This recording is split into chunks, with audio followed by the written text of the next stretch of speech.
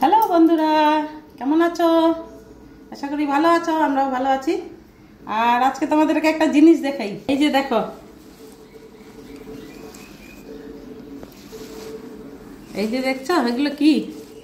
এই যে এগুলাকে বলে লাফা শাক।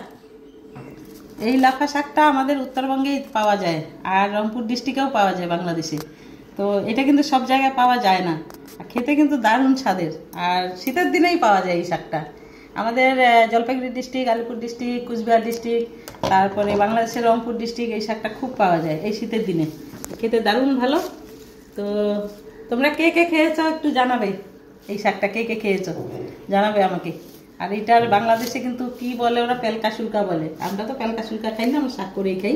রসুন আর কাঁচা লঙ্কার কিচ্ছু লাগে না, শরীরের জন্য ভালো। যাদের ঠান্ডার দোষ আছে তারা খেতে পারে না একটু পিছলা পিছলা শাকটা।